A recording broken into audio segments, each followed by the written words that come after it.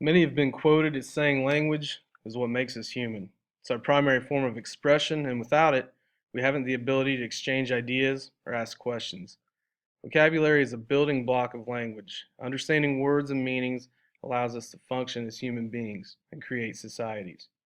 Hello, my name is Zach Short, and this is my Capstone Action Research project entitled Vocabulary Instruction with Technology in the Language Arts Classroom.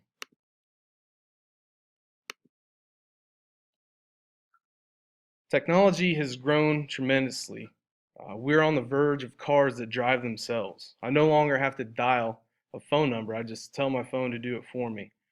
But technology also has the ability to improve educational skills. It provides quick and easy access to unlimited educational resources. It makes learning more efficient and in many ways and less tedious in many other ways. It used to be a school with a dedicated space for computers, just a computer lab was at the cutting edge of things. Now students walk around with more technology in their pocket than education could ever offer. That is something to embrace.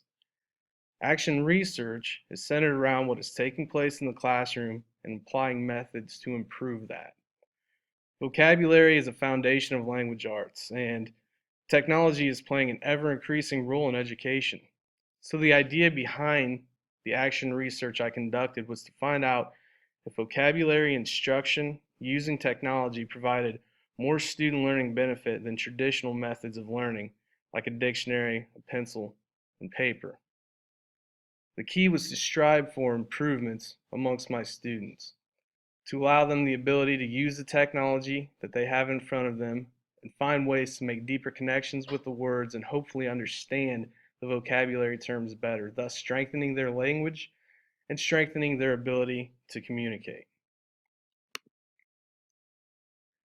In order to do this, it took a lot of researching educational theorists and finding out the basis of education and what they applied and what has been accepted. The main focus as far as educational theorists centered around Lev Vygotsky, and it really focused on the language specifically as a key component to his socio-cultural learning theory. He emphasized the child's acquisition of language. And this was of primary interest to me because children without access to language as a social construct fail to understand even the basics of it, and their bodies fail to build the tools necessary for its use.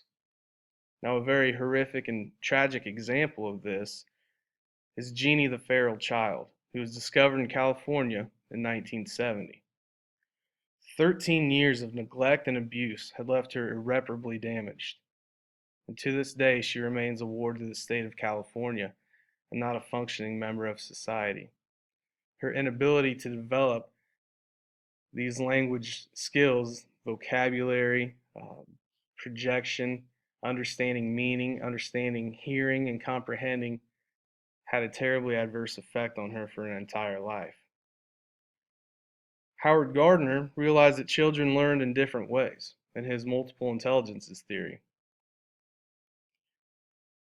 One of his primary connections in his theory was linguistic intelligence. That's the ability to formulate, understand, and correctly apply the symbols of language, all of which are a cornerstone of education and a foundation from which our educational system is built upon. We also have the e-learning theory by Meyer, Moreno, and Sweller, which shows how technology and multiple learning instruments promote learning, as does social collaboration. The idea is taken further with Kim and social constructivism. Kim stated meaningful learning occurs when individuals are engaged in social activities. Imagine a social setting where nobody is talking to understand the importance of language. And in the learning theory, to step back to it, we saw that getting a lot of repetitions or getting that uh, getting the terms, getting the words in several different ways, being able to see them, hear them, and write them down also helped students gain a better understanding of them. In the literary or the literature review We had findings that were unique and positive, one of which was McLean, Hogg, and Rush.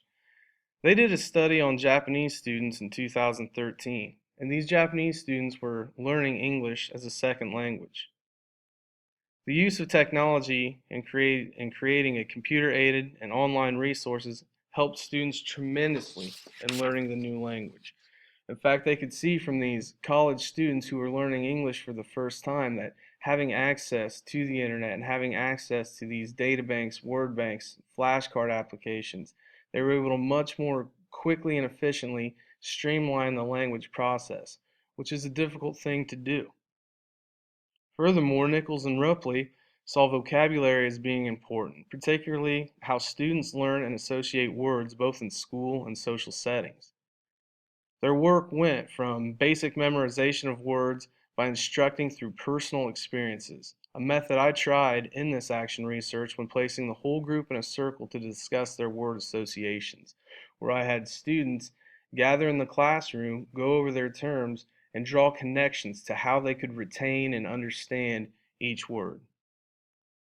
Another vocabulary and technology idea focused study was by Woolsey, Smetana, and Grisham in 2015. And they also identified factors of vocabulary use inside and outside of school walls. They focused on vocabulary self-collection as a strategy that promotes an authentic form of word learning. And all of these demonstrate a socialized form of vocabulary instruction, which makes sense based on the social nature of language. It also makes sense on the previous studies of Vygotsky and Kim and the social concept of it all. Considerations for my action research really began with the school I teach at, Knox County R1 School District in Medina, Missouri. Knox County is a one-on-one school. Each student has an iPad, and each teacher has a MacBook and an iPad. Almost all of our professional development is focused on becoming better and more comfortable with technology and applying it during instructional time. It's part of our day-to-day instructional process. So as I was wondering what to go over and what to do and what to base my research on, it seemed a perfect fit that I could use technology. The question was, how would I apply it? And vocabulary seemed to be a very logical step. We are also focused on new and alternative ways to implement technology here in Knox County. So creating vocabulary assessment with technology as an aid seemed to really work out in our whole idea and concept of who we are.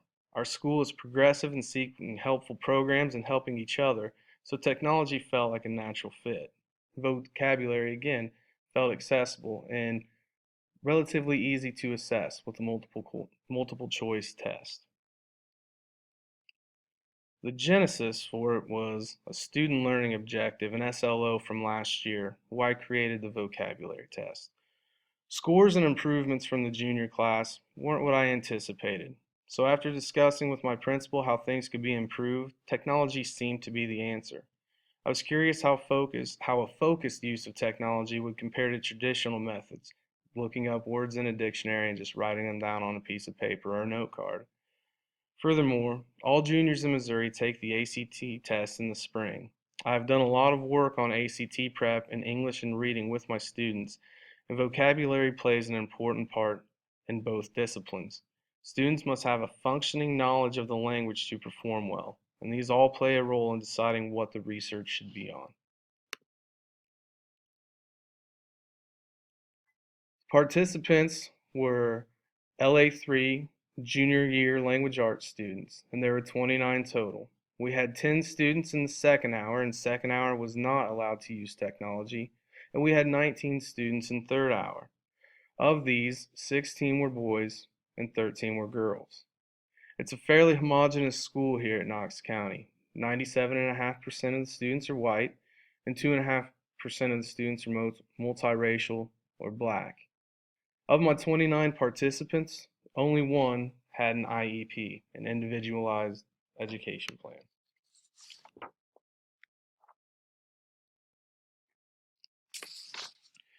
In the research, I gave all of my LA3 students a 50-question multiple choice vocabulary test, and I administered this November 21st, 2016. Once I graded them, scores were recorded on a Word document and the results were tallied using a calculator.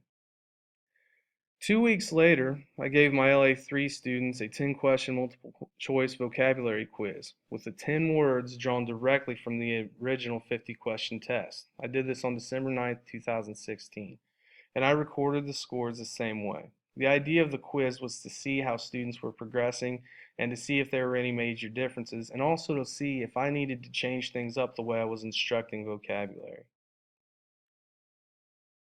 After evaluating the quiz scores, which were similar, I decided that more whole class collaboration was needed, and so I implemented it.